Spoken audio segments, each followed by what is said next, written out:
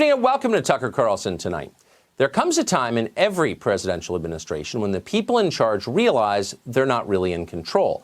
Unforeseen events arise. In an instant, every assumption about the future changes. Heads of state die, wars erupt, natural disasters descend, epidemics rage. None of it was in anybody's plan. There's something about human nature that prevents us from preparing for this, for abrupt and radical change. We pretend the unexpected will never happen. But there's something in nature itself that reminds us it inevitably will. It's always a terrifying realization. The rise of the Chinese coronavirus is that kind of moment. The virus is quickly becoming a global pandemic. Ultimately, it could kill millions. At the very least, it will reorder the global economy and change our politics. Could the disease help determine the outcome of our next presidential election 8 months from now? Of course it could. In fact, it will. Our leaders can't stop that. Like all matters of life and death, it is beyond human power to affect. But they can respond to the threat in a way that makes this country stronger, not weaker.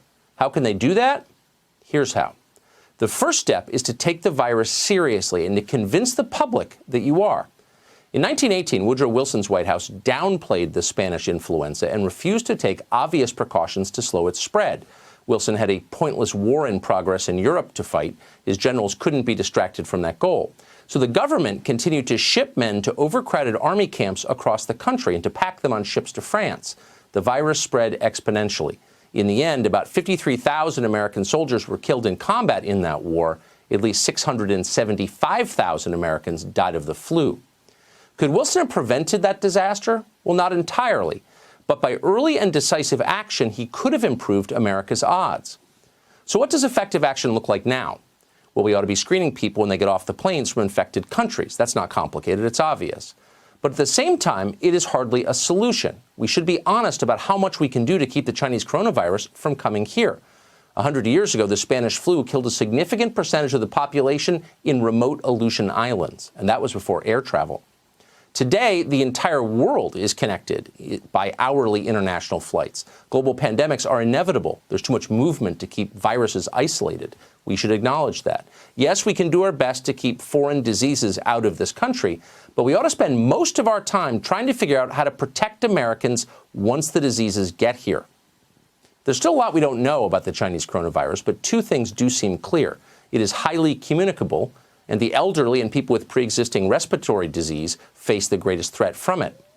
That means for most Americans, the biggest risks will come not from the virus itself, but from its ancillary effects. People will panic, travel will be disrupted, markets will tumble, and, most critically, hospitals will be overwhelmed. We're about to learn the limits of our healthcare system. Conditions will be tough for the many thousands of Americans looking for beds to recover from the flu. In Seattle, they already are. But things will be even worse for anyone suffering from, say, pancreatitis or a burst appendix, not to mention countless other health emergencies. People like this may not get care at all. Our system won't be able to accommodate them. There are many implications of this, and some of them are political. For example, is this really the time to invite the rest of the world to join Medicare for all? Probably not. That idea was always stupid. Now it's clearly dangerous.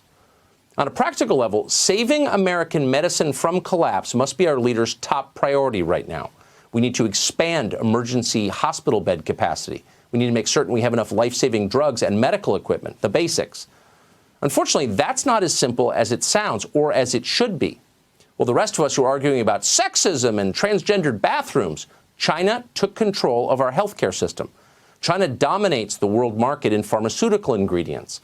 Compounds used in virtually every essential medicine for high blood pressure, for cancer, for Alzheimer's disease, and many more come from China. So do key components in vital medical technology, CT scanners, X-ray machines, ultrasounds. As of tonight, more than 95% of all the antibiotics in America are manufactured in communist China. 95%. Our chief global rival has a total monopoly on the most important medicine in the world. That should worry you more than anything the candidates are currently talking about. Imagine watching one of your children die from an infected cut. China has the power to make that happen. The Chinese government is acutely aware of this power. Last year, a prominent Chinese economist suggested cutting off the supply of antibiotics to the United States as leverage in the trade war.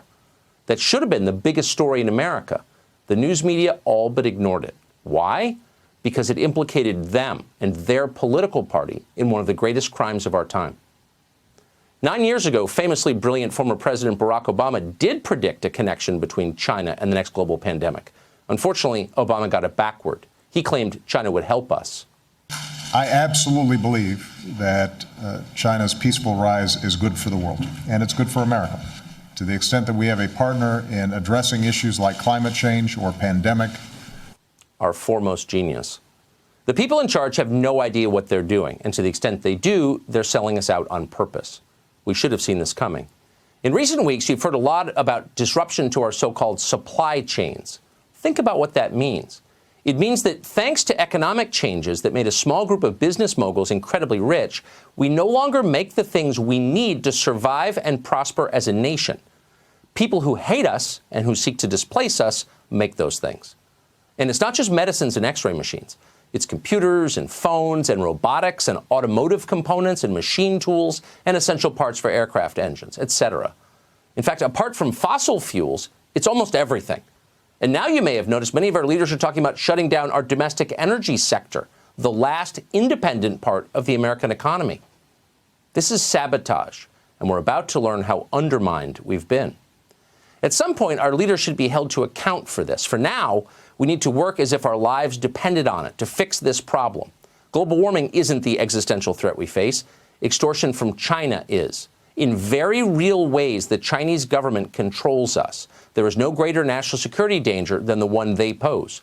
To respond, we need a modern Marshall Plan, one designed to rebuild essential American manufacturing. We should start tomorrow, with medicine and technology to fight the coronavirus, and then with antibiotics. Some will oppose the idea because it poses a threat to arrangements they currently benefit from. But a majority of Americans will welcome it gladly, even in the Congress. Manufacturing lifts every congressional district. It shouldn't be hard to win bipartisan support.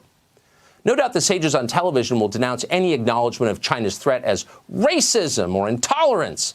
Joe Biden's already done that. Ignore them. The Chinese coronavirus really is Chinese.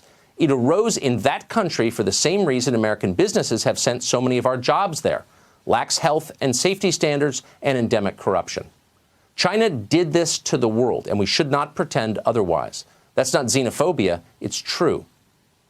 The most bitter irony of all of that is that a few years from now, when every last victim of this virus has recovered or been buried, the Chinese government could easily grow stronger because of this disaster and America weaker.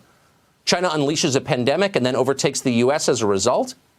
That's too horrible an outcome to contemplate and too dangerous for us. We ought to do everything we can to make certain it does not happen.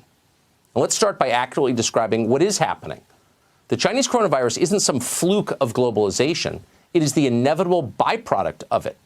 Exotic diseases and the mass disruption they cause are the built-in cost of connectedness, and they always will be.